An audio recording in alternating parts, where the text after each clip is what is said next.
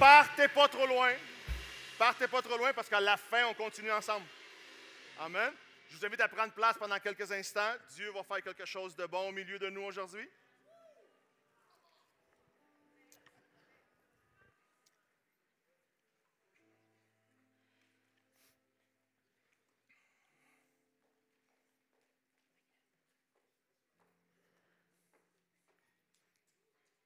Est-ce qu'il y en a qui ont écouté la voix? Hey! Hey! Viens. Ah, donnez-lui une main d'applaudissement, s'il vous plaît. Félicitations pour la voix. Félicitations. Demi-finale? Demi-finale. Ah, come on.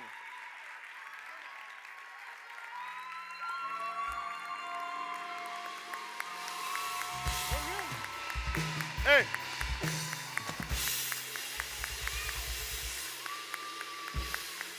C'est ton frère, hein? C'est son frère. Je pense que les deux devraient participer, non? Félicitations, bravo. Moi, je me réjouis. Je me réjouis de voir des personnes mettre leur talent au service de Dieu. C'est hot, non? Félicitations, que Dieu vous bénisse. Merci beaucoup d'être ici. Merci de faire partie de la famille essentielle. Wow! Je ne sais pas si je devrais prêcher un matin. Je ne sais pas si je devrais prêcher ou... Moi, je serais correct pour partir. Après ça, je pourrais partir à la maison puis je dirais, c'était incroyable. Oui ou non? Êtes-vous prêts? Surprise divine. J'ai entendu des témoignages toute la semaine. Ma femme a dit, fais attention comment tu le racontes parce qu'il ne faut pas que tu aies l'air d'un annonceur de bingo. Et j'ai entendu des histoires de guérison. Une madame pour qui on a prié ici, qui est assise juste ici à côté de vous, je ne dirais pas c'est qui, mais ici à côté de vous, elle avait besoin d'une guérison immédiate. Elle avait besoin d'être touchée par Dieu. Elle avait une hémorragie, une perte de sang. Et on a prié pour elle et Dieu l'a guérie. Et ce matin, à l'entrée, elle me donnait le témoignage. Et j'avais reçu plus tôt dans la semaine, ma mère me l'avait raconté. Dieu fait des belles choses au milieu de nous. J'ai prié pour une madame qui avait... Yeah, come on. Yeah. Yes. Il est digne de ça. La semaine passée, j'ai dit quelqu'un va recevoir un appel. Et cet appel-là, ça va être une surprise divine, inattendue de la part de Dieu. Et Paulina m'a appelé et m'a dit, on va faire un contrat en haut des 7 chiffres. Quelqu'un qui ne me connaît pas, quelqu'un qui ne sait pas d'où je suis, mais simplement parce qu'il y a un cœur pour moi, il y a un penchant pour moi, parce que Dieu l'a touché. Parce que Dieu, écoutez bien ceci, lorsqu'une parole de Dieu est annoncée, et je parle de ça aujourd'hui, lorsqu'une parole de Dieu est annoncée, la création enligne les choses pour que ça arrive. La création tout entière réagit à la parole de Dieu. Des fois, nous, on ne réagit pas à la parole. Mais la création réagit et tout s'enligne pour que ça marche. Êtes-vous prêts pour les choses que Dieu va faire? Regardez ceci, un peu de parole. J'aime la combinaison. J'aime la combinaison de l'Écriture et la puissance de Dieu. J'aime les deux choses. Parce qu'une chose enligne l'autre. On ne peut pas avoir seulement l'Écriture et pas de puissance. Si j'ai juste l'Écriture, je suis uniquement en train de ramer d'un seul côté ma barque. Et qu'est-ce que ça produit? Une barque qui tourne en rond, qui n'avance pas. Mais si j'ai seulement la puissance, c'est la même chose. Si j'ai uniquement la puissance de Dieu, la seule chose qui se passe, c'est que ma barque tourne en rond. Pour avancer dans la vie, ça prend la combinaison des deux choses. L'Écriture, la parole, la puissance de Dieu. Et les deux ensemble font avancer notre vie vers notre destinée. Êtes-vous avec moi? Genèse 26, versets 1 à 4. Je vais lire un peu l'histoire. Et il y eut une famine dans le pays. Il y a eu quoi? Une famine dans le pays. Outre la famine qui eut lieu du temps d'Abraham. Et Isaac alla vers Abimelech, roi des Philistins, à Guérar. Et l'Éternel lui apparut et lui dit ceci. Ne descends pas en Égypte, demeure dans le pays que je te dirai. Séjourne dans ce pays-ci, je serai avec toi, je te bénirai, car je donnerai toutes ces conneries à toi et à ta postérité, et je tiendrai le serment que j'ai fait à Abraham. On est correct jusqu'à là? Je multiplierai, verset 4, ta postérité comme les étoiles du ciel. Je donnerai à ta postérité toutes ces conneries, et toutes les nations de la terre seront bénies en ta postérité. On est bon? Parfait. Maintenant, on saute au verset 12. Et là, on va lire quelques versets jusqu'à un peu la fin de l'histoire pour que vous compreniez le contexte. Et Isaac sema dans ce pays, en pleine famine. Et il recueillit cette année le centuple, car l'Éternel le bénit. Car l'Éternel quoi? Cet homme devint riche. Il est devenu quoi? Et il alla s'enrichissant de plus en plus, jusqu'à ce qu'il devint fort riche. Il quoi? Il s'en alla en s'enrichissant de plus en plus, jusqu'à ce qu'il devint fort riche. Et il avait des troupeaux de menu bétail et des troupeaux de gros bétail, et un grand nombre de serviteurs. Aussi les Philistins lui portèrent envie, et tous les puits qu'avaient creusés les serviteurs de son père du temps d'Abraham, son père, les Philistins, les comblèrent et les remplirent de poussière. Et Abimelech dit à Isaac, va-t'en de chez nous, car tu es beaucoup plus puissant que nous. Et Isaac partit de là et campa dans la vallée de Gérard, et il s'établit. Et Isaac creusa de nouveau les puits d'eau qu'on avait creusés du temps d'Abraham, son père, qu'avaient comblés les Philistins après la mort d'Abraham. Et il leur donna les mêmes noms que son père leur avait donnés. Les serviteurs d'Isaac creusèrent dans la vallée, et ils y trouvèrent un puits d'eau vive. Êtes-vous avec moi? Vous allez comprendre après. Et les bergers de Guérar querellent les bergers d'Isaac en disant, l'eau d'ici est à nous. Et il donna au puits le nom d'Essek, parce qu'il s'était disputé avec lui. Et ses serviteurs creusèrent encore un autre puits, au sujet duquel on chercha aussi une querelle, et on l'appela Sitna. Et il se transporta de là, et il creusa encore un autre puits, pour lequel on ne chercha pas de querelle, et il l'appela Rehoboth, car, dit-il, l'Éternel nous a maintenant mis au large, et nous prospérerons dans ce pays. Il remonta de là à Beersheba, et l'Éternel lui apparut dans la nuit et lui dit, je suis le Dieu d'Abraham, ton père. Ne crains pas, car je suis avec toi. Je te bénirai, je te multiplierai ta postérité. Et à cause d'Abraham, ton serviteur. Et il bâtit là un autel et invoqua le nom de l'Éternel et dressa une tente. Et les serviteurs d'Isaac ont encore creusé un puits. Et Abimelech vint de Gérard auprès de lui, vers Azoua, son ami, Picol, chef de son armée. Et Isaac leur dit, pourquoi venez-vous vers moi, puisque vous me haïssez et que vous me renvoyez de chez vous? Et ils lui ont répondu, attention, nous voyons que l'Éternel est avec toi. C'est pourquoi nous disons qu'il y a un serment entre vous et nous, et que nous faisions une alliance avec toi. Quelle histoire, non? Quelle histoire particulière! Quand Dieu a créé la planète, l'univers dans lequel vous et moi nous vivons, toute cette création que nous voyons a répondu à sa parole. Il y a quelque chose de surprenant qu'il faut remarquer, qu'il faut apprendre. La parole dit que par la foi, nous croyons que toute cette terre a été faite par la parole de Dieu, que toute la création a réagi à la voix de Dieu. Quand il a dit que la lumière soit, la lumière fut. Quand il a dit que les astres soient, les astres furent. Et à partir d'absolument rien, Dieu a été capable de créer quelque chose. À partir d'aucune ressource, à partir de rien du tout, avec sa parole, Dieu a créé les choses nécessaires afin que les choses soient. Et c'est ce que nous voyons aujourd'hui. Regardez par exemple dans Genèse 1, verset 11. Puis Dieu dit que la terre produise de la verdure, l'herbe portant de la semence, des arbres fruitiers donnant du fruit selon leur espèce et ayant en eux leur semence sur la terre, et cela fut ainsi. Dieu a dit que les arbres portent du fruit et les arbres se sont mis à porter du fruit. Il a ordonné à la terre qu'elle produise du gazon, de la verdure, de l'herbe, et la terre a réagi. Quand il a dit à la terre a répondu à la parole de Dieu. Maintenant, dans l'histoire qu'on vient de lire maintenant dans la Genèse, une famine a frappé, une situation compliquée, pas de pluie, pas de temps pour semer. Ce n'est pas le moment. Impossible de ramasser une récolte au milieu d'une famine.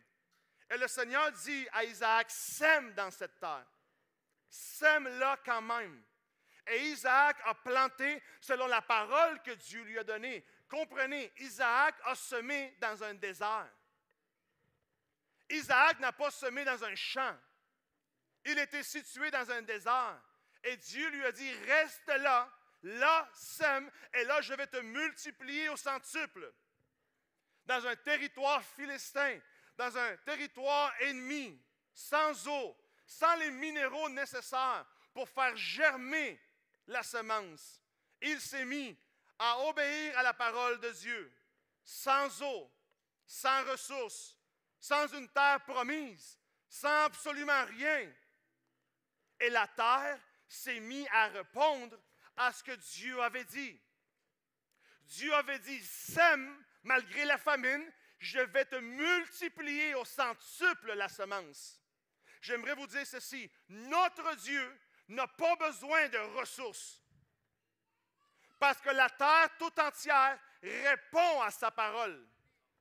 Je veux dire ceci, si vous avez une parole de Dieu, si vous avez une promesse du ciel, vous n'avez pas besoin de ressources parce que la parole, la terre va réagir à ce que Dieu est en train de vous dire.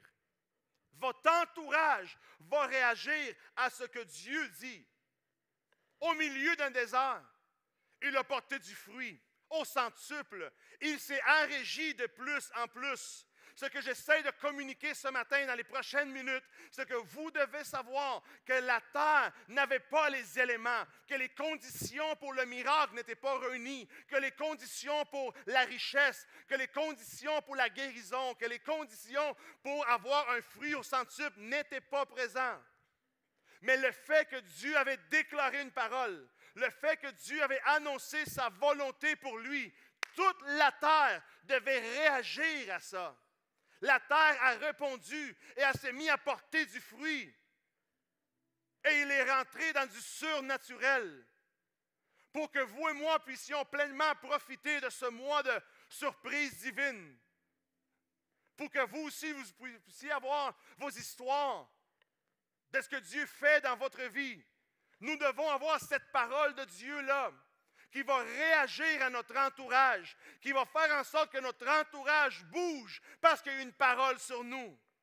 Si nous avons quelque chose de la part du ciel, si dans notre cœur il y a une promesse, il y a une parole, c'est certain, c'est garanti que votre entourage, que votre corps, que vos finances, que vos entreprises, que vos familles, que tout ce qui vous entoure doit réagir et s'aligner avec la parole que Dieu a déclarée sur vous.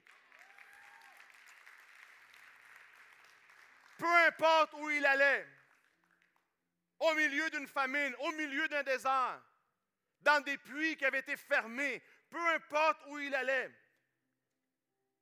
il trouvait de l'eau, il trouvait la ressource. Il aurait ouvert les vieux puits d'Abraham et l'eau s'est mise à monter et on l'a tassé d'être là. Et il a continué à avancer malgré les obstacles et il a cherché un autre puits qui était aussi couvert. Ils l'ont découvert et l'eau s'est mise à monter. Et les ennemis sont venus encore contre lui et on l'a tassé du puits. Et il y a eu une querelle. Et ensuite, un autre puits et une deuxième querelle. Et à chaque fois, il se faisait chasser. Mais à chaque fois, il a continué. À chaque fois, un combat. Mais à chaque fois, une victoire. À chaque fois, il a trouvé le miracle. À chaque fois, il a vu Dieu agir dans sa vie. Et il est arrivé à cet endroit qu'il a appelé Rehoboth, qui veut dire un endroit large, ample et spacieux, béni de Dieu. Tout son entourage s'est mis à réagir à la parole qu'il avait de Dieu. Si vous lisez l'histoire, à chaque fois, Dieu a pourvu le nécessaire afin que ça puisse fonctionner. Et il a été béni et il a donné une offrande à Dieu. Et Dieu a continué à faire des choses incroyables. Et les ennemis ont voulu qu'il quitte. Les ennemis l'ont poussé. Mais à chaque fois, Dieu l'a gardé miraculeusement. à un point tel que le jour est venu où les ennemis sont venus vers lui et on lui a dit, tu es devenu plus fort que nous. Faisons une alliance ensemble. Nous avons remarqué que Dieu est avec toi. Qu'est-ce que ça illustre? Ça illustre l'impact. Ça illustre l'effet qu'une parole de Dieu est appelée à avoir dans ma vie. Appelée à changer tous les scénarios. Appelée à changer toutes les circonstances. Qu'est-ce que ça illustre? La puissance d'avoir une parole, une promesse qui gravite sur ta vie. La puissance d'avoir un Dieu qui gravite dans ton entourage. La puissance d'avoir une promesse du ciel qui gravite dans ta famille, qui gravite dans ton entreprise, qui gravite dans tout ce que tu fais. L'impact de la parole de Dieu est incalculable. Au début, j'ai dit ce que je crois affecte ce que je reçois. Si j'ai une parole de Dieu, je peux recevoir tout ce que cette parole-là déclare qu'elle va faire. C'est pour ça que ça m'excite de lire la parole de Dieu. C'est pour ça que j'ai aimé les 3 premiers mois où toute l'Église, on avait les yeux sur la parole. Parce que là, je retrouve des richesses, je retrouve des promesses et ça fait graviter autour de nous des réalités qui vont se produire.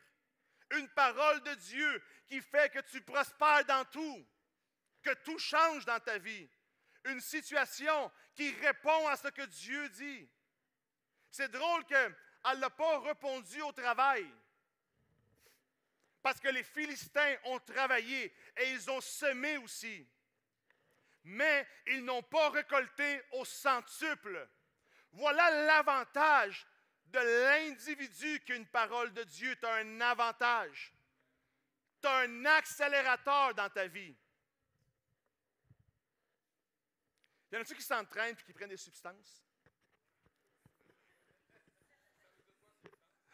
Des substances clean? Des pre-workout clean? Ma femme s'entraîne avec Shanna. Moi, j'essaie de suivre. Puis là, je les vois, ils prennent leur pre-workout. Puis là, ça commence à leur piquer. On dirait qu'ils viennent kicker. Puis là, je les vois. Le pre-workout vient de kicker. J'ai dit, je ne sais pas qu'est-ce que vous buvez, mais moi, je vais faire ce que je peux. Un accélérateur naturel. Naturel. La parole de Dieu, c'est la même chose. Sauf qu'elle, c'est un accélérateur surnaturel. Surnaturel. Ça appelle, pourquoi j'appelle ça surnaturel? Parce que ça appelle les choses qui n'existent pas à exister. La parole de Dieu a cette nature et cette puissance d'appeler dans ta vie les choses qui n'existent pas. Maintenant, quelle chose je peux appeler dans ma vie qui n'existe pas? Simple, tu ne peux pas le découvrir si tu n'es pas dans la parole. C'est dans la parole que tu découvres la volonté de Dieu pour toi. Et toutes ces choses-là sont appelées à fonctionner dans ta vie. Ce n'est pas la semence qui a fait le travail, parce que la semence était dans un désert. Ce n'est pas la terre qui a produit, parce qu'il n'y avait rien pour qu'elle produise. Mais la parole qui est sortie de la bouche de Dieu a ordonné à cette terre de produire le fruit. Quand Dieu dit quelque chose, les situations doivent répondre à ce que Dieu dit. C'est pour ça que j'aime lorsque quelqu'un vient pour un miracle. Ma question est, quelle est ta promesse? Parce que ta situation doit répondre à la promesse. Par exemple, si tu as besoin de guérison dans ta vie, la Bible dit que par ses meurtrissures, nous sommes tous guéris. Alors tu approches Dieu avec cette parole-là. Seigneur, je suis dans ma réalité malade, mais dans mon potentiel spirituel, je suis guéri par toi. C'est ta promesse. Alors tu approches de Dieu avec cette parole qui dit, par tes meurtrissures, tu as porté sur toi la maladie et la souffrance, afin que moi, je puisse hériter d'une guérison divine et complète. C'est ta promesse. Tu peux arriver devant Dieu comme ça. Et cette parole-là doit transformer ta maladie en santé divine. Ce n'est pas de la magie, c'est de la parole. c'est de la parole. C'est des gens convaincus. On ne sait pas trop comment ça se passe, on ne sait pas trop comment ça marche, mais j'y crois quand même. Je ne sais pas comment Dieu opère, mais j'y crois quand même. Rappelez-vous la semaine passée, toutes les femmes ici, vous arrivez dans votre voiture, vous attachez vos ceintures et vous démarrez la voiture sans savoir comment un moteur marche.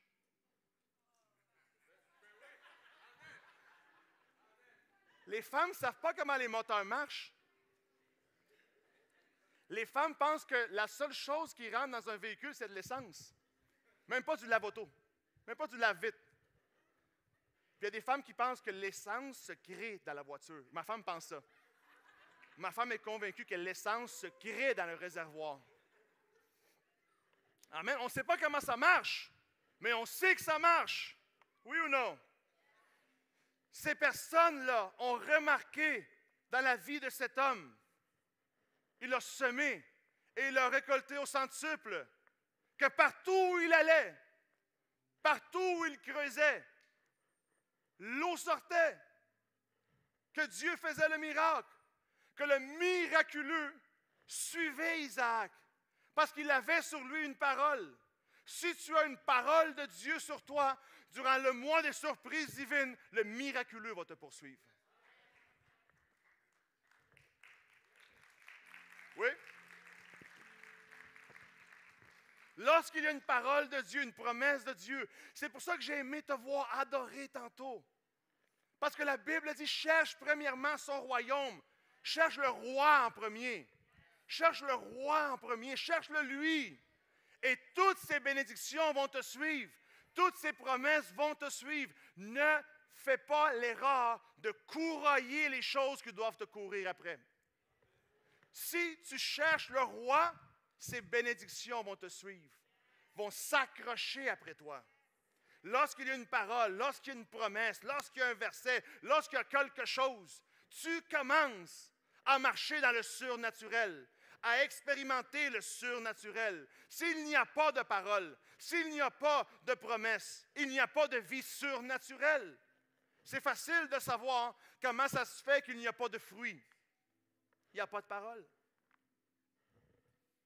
C'est pour ça que, comme Église, on a voulu développer durant ces 3 premiers mois de l'année, j'espère que tout le monde continue dans les bonnes coutumes, de garder vos yeux dans la parole de Dieu. Pierre était dans la barque. Une tempête explose, une tempête énorme. Et il voit Jésus arriver, marchant sur l'eau. Et Pierre lui dit, « Seigneur, si c'est toi, ordonne que j'aille vers toi. » Et Jésus lui dit, « Viens. » Jésus dit quoi? Qu'est-ce que Pierre avait? Le vient de Christ. Il avait le vient. Il avait la parole. Il a reçu une parole et miraculeusement, surnaturellement, il se met à marcher sur l'eau. Question pour vous. Que serait-il arrivé si les autres disciples auraient sauté dans l'eau? Moi, je pense qu'ils se seraient noyés. Parce qu'il n'y avait pas de parole, docteur. C'est exactement ça.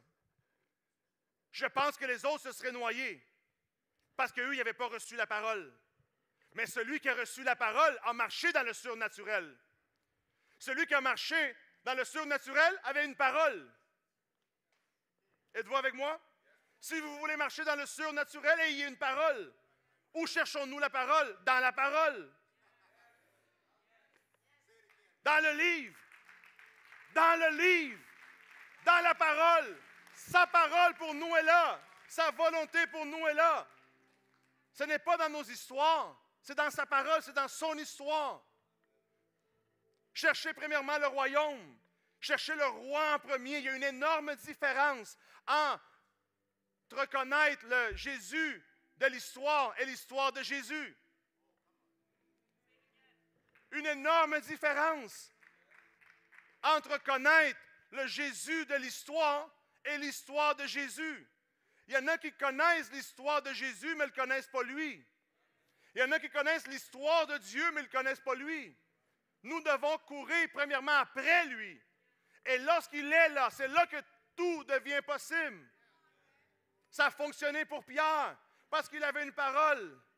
pour que ça marche, pour que ça fonctionne dans ma vie. C'est important d'avoir cette parole, cette promesse. Cet univers tout entier dans lequel nous vivons, cette planète dans laquelle nous vivons réagit à la voix de Dieu. Quand on a commencé cette église, Dieu nous a donné une parole. Et il nous a dit, une multitude va aller. Et vous allez transformer le climat spirituel de cette ville à cause de ce qui va se passer dans ces salles, à travers ces personnes, pas à travers le pasteur, mais à travers les personnes de l'église. Des miracles admirables allaient se produire, des délivrances, le Saint-Esprit allait se verser, des choses incroyables allaient se produire. Et une multitude de personnes, une renommée incroyable de la présence de Dieu allait se répandre dans la ville. C'est la parole qu'on avait. C'est ce que Dieu m'a dit qu'allait se passer. Et qu'est-ce qui se passe aujourd'hui? Miracles, guérison, provision, ciel ouvert, des histoires semaine après semaine. Et Dieu a promis une multitude qui va recevoir des miracles. C'est le désir de notre cœur, mais c'est la parole qui est sur nous. En venant dans cette église-ci, tu peux compter sur la parole qui est sur nous. Que tu vas recevoir le miracle, que tu vas rencontrer Dieu, que des choses incroyables vont arriver dans ta vie parce que Dieu est là. S'il n'y a pas de parole, il n'y a pas de puissance. Il n'y a pas de manifestation. L'atmosphère dans laquelle nous vivons est altérée par la parole qui a été déclarée. Regardez rapidement Ésaïe 55, verset 10. « Comme la pluie et la neige descendent des cieux, et n'y retournent pas sans savoir arroser, féconder la terre et faire germer les plantes, sans avoir donné de la semence au semeur et du pain à celui qui mange, ainsi est la parole de Dieu qui sort de ma bouche. Elle ne retourne pas à moi sans effet, sans avoir exécuté ma volonté et accompli mes desseins. »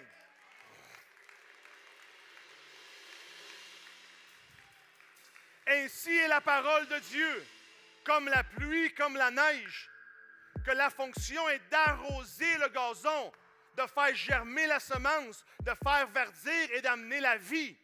Ainsi est la parole de Dieu. Elle ne retournera pas vers Dieu sans avoir causé la volonté pour laquelle elle a été annoncée. Si tu as une parole de guérison, cette parole-là ne va jamais te quitter jusqu'à ce que tu sois guéri. Si tu as une parole de délivrance, jamais cette parole va te quitter jusqu'à ce que tu sois complètement libre. Si tu as une parole de prospérité pour ta famille, ton travail, tes projets, cette parole va continuer à graviter sur ta tête jusqu'à ce qu'elle ait accompli son plein potentiel. Que tu vis une vie de miracle, une vie surnaturelle, c'est le désir de notre Dieu. Si le désir de Dieu n'aurait pas été que nous vivions une vie abondante, qu'aurait-il fait? On aurait accepté Jésus comme Seigneur et Sauveur et ensuite on serait parti au ciel. Plus rien à faire ici. Oui ou non? Mais la Bible dit qu'en plus de nous avoir donné la vie éternelle, Jean 10, 10, il nous a donné une vie et il rajoute une vie abondante. Pour que personne vienne t'enseigner que tu es appelé à vivre une vie misérable. Qu'il leur soit fait selon leur foi. Si eux croient que Dieu ne bénit pas, que Dieu ne les bénisse pas. Si eux croient que Dieu ne guérit pas, que Dieu ne les guérisse pas. Si eux ne croient pas dans le surnaturel, qu'ils ne voient pas de surnaturel. Mais toi, crois et vois. Toi, crois et reçois. Toi, ose croire en Dieu et vois la gloire de Dieu dans ta vie. Pour l'amour de Dieu, croyez en Dieu. Croyez dans sa parole. Croyez dans ce qu'il déclare et voyez votre vie changer. Voyez votre vie changer. Pour la gloire de Dieu.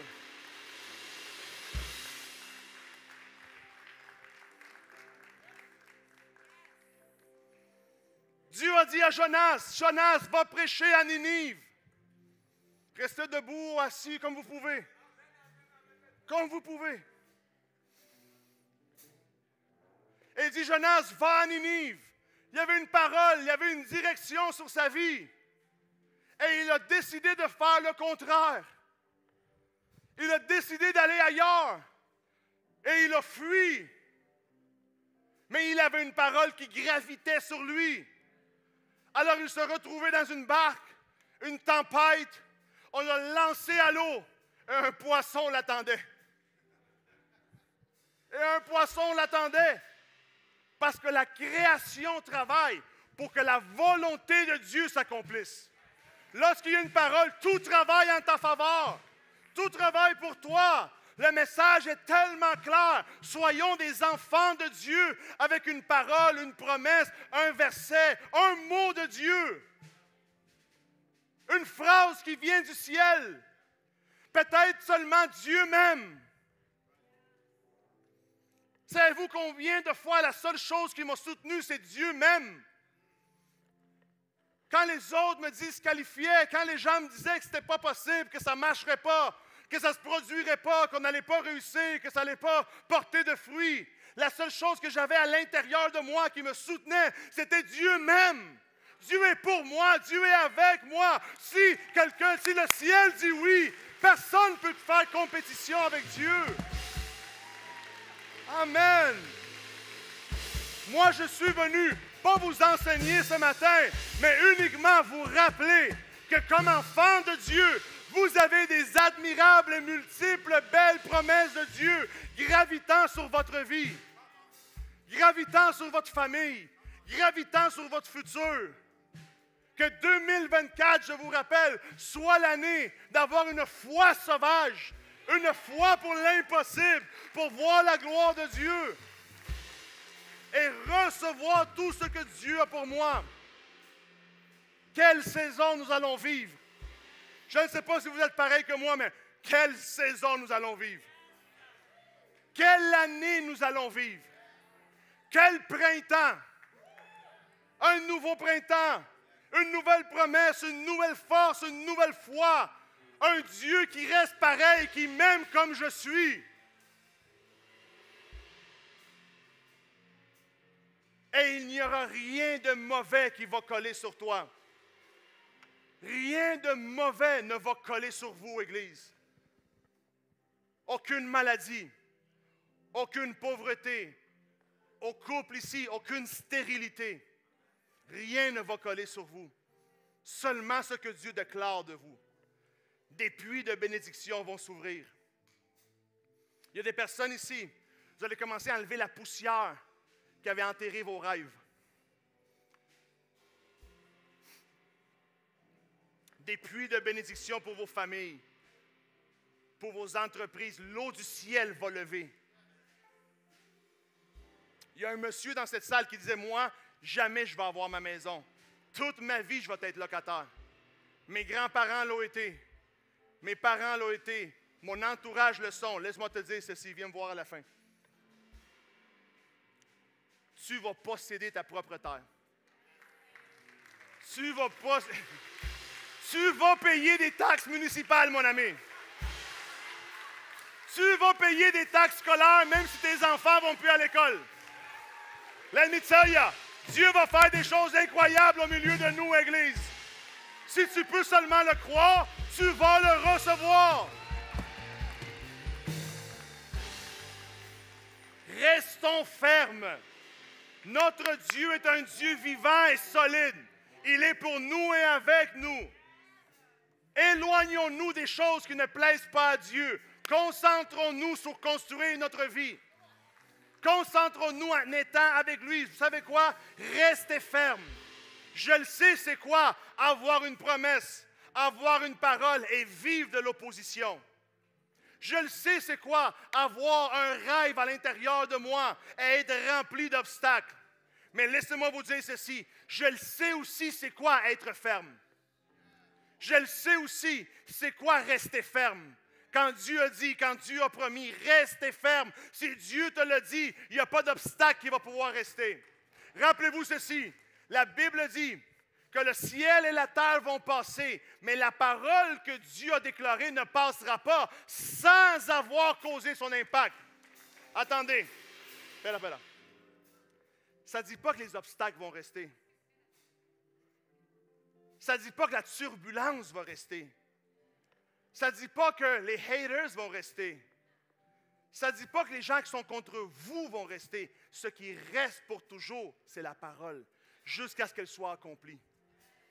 Jusqu'à ce qu'elle soit accomplie. Restez ferme. Cette promesse n'a pas de date d'expiration. Elle a une date d'accomplissement. Une date d'accomplissement. C'est ce que Dieu a. Rien ne peut l'empêcher. Rien ne peut empêcher que les choses que Dieu dit s'accomplissent. Voulez-vous encore plus ou non? Tu ouvres ta parole. Tu cherches un message de Dieu, une parole fraîche. Ce que Dieu est en train de t'annoncer. Dieu va vous rappeler les anciennes promesses, mais ayez aussi une promesse courante.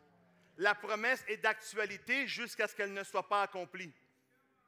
La promesse est d'actualité jusqu'à ce qu'elle ne soit pas accomplie. Croyez en elle. Croyez en Dieu. Croyez dans ce qu'il annonce et voyez votre vie changer. Dans Josué 1, verset 5, et je finis avec ça. « Nul ne tiendra devant toi. Tant que tu vivras, je serai avec toi. Comme j'ai été avec Moïse, je ne te délaisserai point et je ne t'abandonnerai jamais. » Dieu avait dit à Josué, « Josué, je vais être avec toi. » Le jour d'après, 5 nations viennent contre lui. Le jour d'après, 5 rois avec leurs 5 armées sont venus contre lui. L'attaquer. Et il s'est rappelé, Dieu est avec moi. Dieu ne m'abandonne pas. Et les rois ont fui devant lui. Et il a eu son énorme victoire. Parce que Dieu lui avait promis, je serai avec toi. Je serai avec toi. Ce n'est pas son armée, ce n'est pas son combat, c'est la parole qu'il avait. Lui a donné la victoire. Si avant d'affronter ton existence, tu t'équipes de la parole de Dieu, tu vas voir des choses glorieuses. Rappelle-toi les veillants de David, des personnes qui ne valaient pas grand-chose, la Bible dit. Des malades, des gens brisés, des personnes détruites, sans ressources, sans argent, avec un passé horrible, un futur pas certain, sont devenus des veillants incroyables à cause de Dieu. Se sont mis à croire à ce que Dieu annonçait à travers David.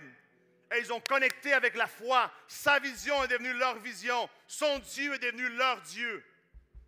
Et leur vie a changé. Et ça dit qu'un seul homme de ces veillants-là qui ne valait pas grand-chose, un jour a tué 800 hommes dans la victoire. 800 hommes, un seul, quel bon garde du corps. Quelle bonne ressource pour ici. Son nom s'appelait Éliazar. Dis avec moi, Éliazar.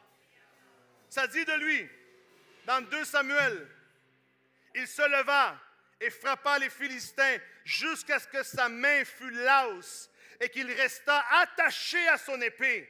Et l'Éternel opéra une grande délivrance ce jour-là. Et le peuple revint vers Éliazar seulement pour reprendre les récompenses. Le peuple avait fui, mais Éliazar était resté ferme. Ensuite, le peuple revient après qu'il a eu la victoire. Laissez-moi vous dire ceci. Les gens qui vous ont abandonné ou critiqué vont venir célébrer. Laissez-moi vous dire ça. Les personnes qui ne vous ont pas accompagnés dans le chemin vont revenir voir ce que Dieu a fait tellement ça va être glorieux. Et il a vaincu les Philistins avec l'épée à la main. Maintenant, vous et moi qui lisons la parole, qui connaissons ce qui est écrit, nous savons très bien ce que la parole dit. On sait c'est quoi l'épée à la main. Êtes-vous avec moi? L'épée dans la Bible représente la parole de Dieu, représente les promesses de Dieu. Il s'est soutenu par la parole.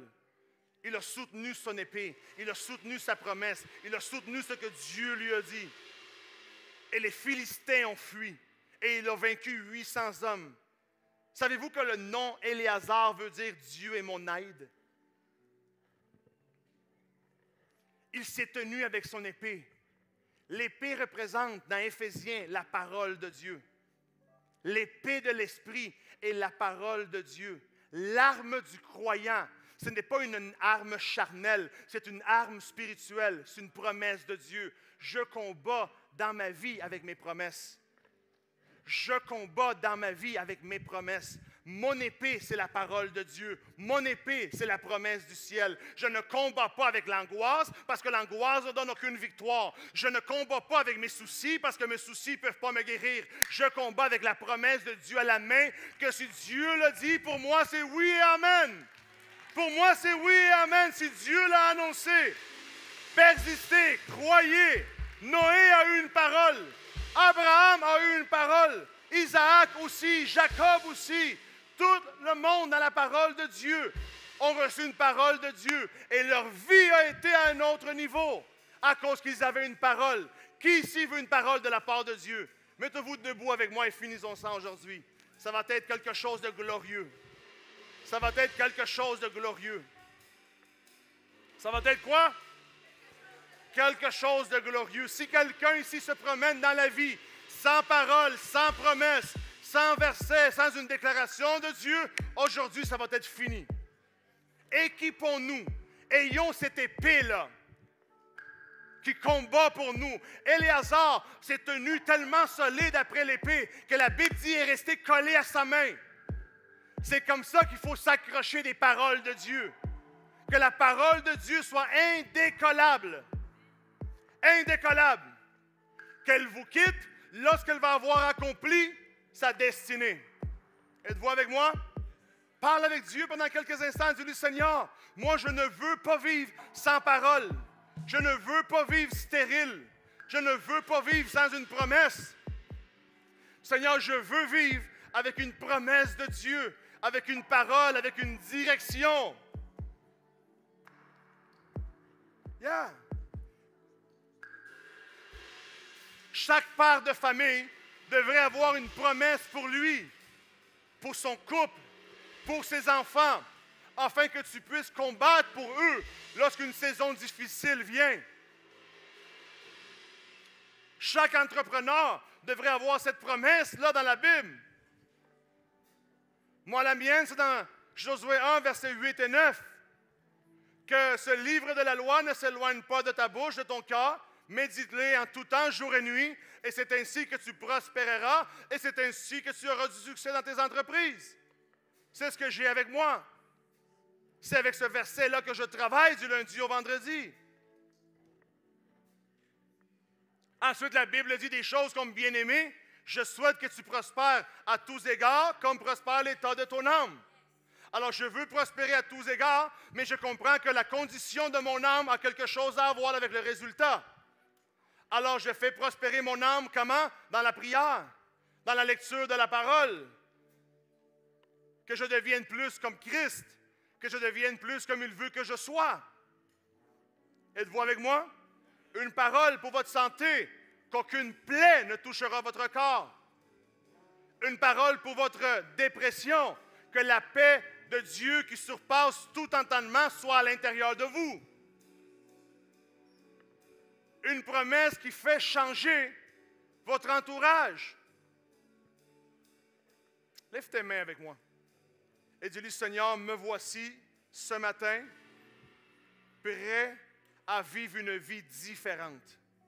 Prêt à vivre une vie touchée par ton esprit, conduit par ta parole.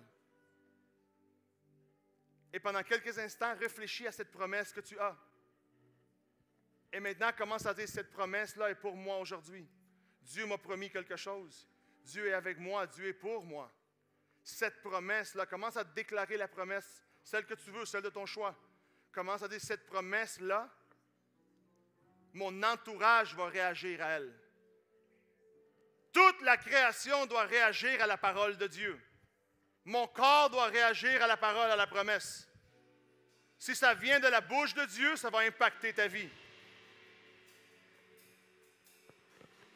Et pendant que l'Église prie, si tu es ici ce matin pour la première fois ou la deuxième fois, ou ton désir c'est de connecter avec Dieu, nous connaître davantage, est-ce que je pourrais voir les mains seulement bouger de ceux et celles qui sont aujourd'hui pour la première fois ici?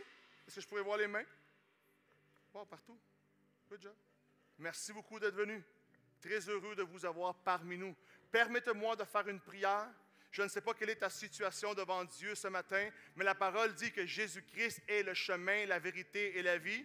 D'autres disaient connaître, d'autres disaient peut-être savoir, mais lui a dit, je sais, moi, c'est quoi.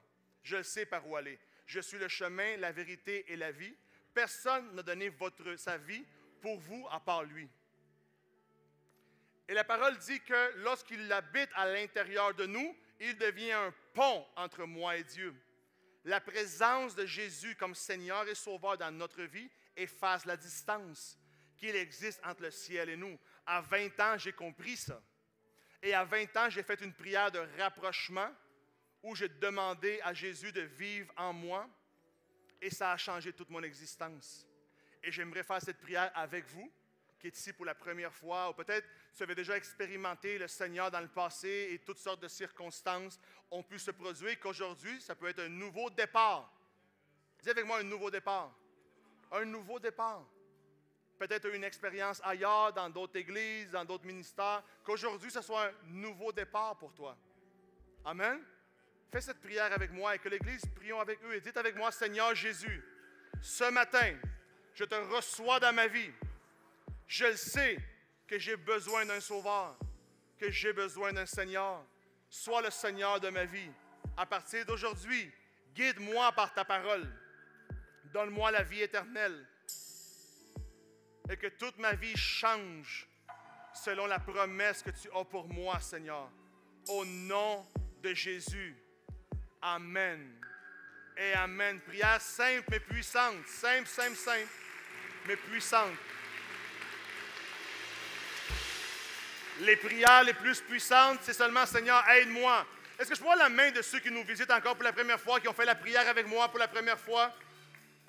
Yeah, bougez un peu. Okay, si vous voyez quelqu'un avec la main levée, donnez-lui un high five, s'il vous plaît. Un high five. Et si vous recevez un high five, sortez de vos rangées pendant quelques instants et venez me rejoindre ici en avant, vous qui avez fait la prière pour la première fois. J'aimerais pouvoir vous serrer la main et vous saluer, prier spécialement pour vous. Alors, je vous invite à venir me rejoindre ici en avant. Peut-être même avec ceux qui vous ont invités, ne restez pas à votre place. Et permettez-nous de vous accueillir avec une bonne main d'applaudissements. Et avancez, avancez. Yeah. Bienvenue à la maison essentielle. Bienvenue dans votre nouveau futur. Que Dieu fasse quelque chose d'impressionnant dans votre vie. Que Dieu fasse quelque chose d'impressionnant, c'est notre prière. Amen.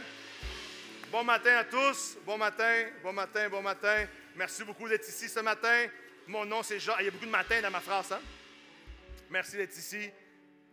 Avez-vous appris quelque chose? Oui? Je pense que la plus belle leçon, c'est que Dieu nous aime. Et que Dieu désire pour nous le meilleur, une nouvelle vie, et qu'il ne fait pas son hard to get. T'as-tu déjà eu une blonde qui faisait sa hard to get? Non? Toi, il tombait tout sous ton charme? Let's go, bro! Hey, tout le monde, on l'applaudit. You're awesome, man! You're the best, bro! Mais j'aime que Dieu n'est pas comme ça. Dieu ne joue pas au hard to get. Lorsqu'on l'invoque, la Bible dit, il les répond. Lorsqu'on dit « pas », il est là. Amen. Permettez-moi de prier pour vous et vous laisser savoir quelque chose. Dieu va faire quelque chose de hot dans votre vie. Dans 1 ou 2 minutes, je vais vous demander juste d'aller dire bonjour à mes amis Marie-Claire, à Mike, à Joe, à Sam en arrière. On a quelque chose pour vous parce qu'on aime célébrer les personnes qui nous visitent et surtout vous accompagner dans ce nouveau départ-là. Amen. Permettez-moi de prier pour vous. Est-ce que l'Église, on peut prier pour eux? Seulement étendre vos mains vers eux pendant quelques instants et dire, Seigneur, tu vois la vie de chaque personne qui est ici en avant. Nous te demandons au nom de Jésus que tu puisses te manifester dans leur vie, dans leurs besoins, dans leur situation, là où ils sont, Seigneur, que tu puisses aller leur tenir la main et les accompagner à avancer. Qu'ils puissent être dans la victoire, dans la guérison, dans la délivrance, peu importe le besoin qu'ils ont, Seigneur, que tu puisses avancer avec eux, que tu puisses te manifester et que tu les remplisses de ton esprit. Qu'à partir d'aujourd'hui, leur vie change à cause de ta présence. Au nom de Jésus, préparez-vous à vivre une semaine excitante. Que ton cœur reste dans la parole, dans le message. Laisse-le graviter à l'intérieur de toi. Réécoute-le sur YouTube si tu veux bien, mais reste connecté au message. Et toute la semaine, tu vas voir des choses changer. La parole de Dieu, c'est elle qui va amener un virage dans votre vie. Au nom de Jésus. Amen. Et amen. Donnez-leur une bonne main d'applaudissement. Chers amis, permettez-moi de saluer votre courage. Je sais que ce n'est pas facile d'avancer devant autant de personnes, mais laissez-moi vous dire ceci, vous avez pris la bonne décision. Et je vous invite juste à vous retourner vers mon équipe qui est juste en arrière là, et on a quelque chose pour vous. Prenez quelques instants et ensuite revenez dans la salle pendant qu'on finalise. Et nous, on leur donne encore une bonne main d'applaudissements. Merci beaucoup.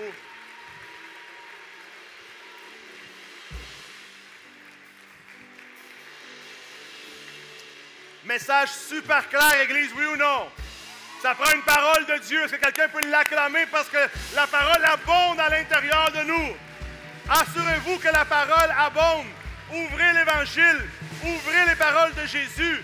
Remplissez-vous de lui. Remplissez-vous de ce qu'il dit. Remplissez-vous de ses promesses. Et voyez votre vie aller à un autre niveau. Que Dieu vous bénisse. Que Dieu vous garde. On se voit la semaine prochaine à la même place. Ayez une semaine fantastique. Amen. Est-ce qu'on peut donner une autre main d'applaudissement? Let's go! Go!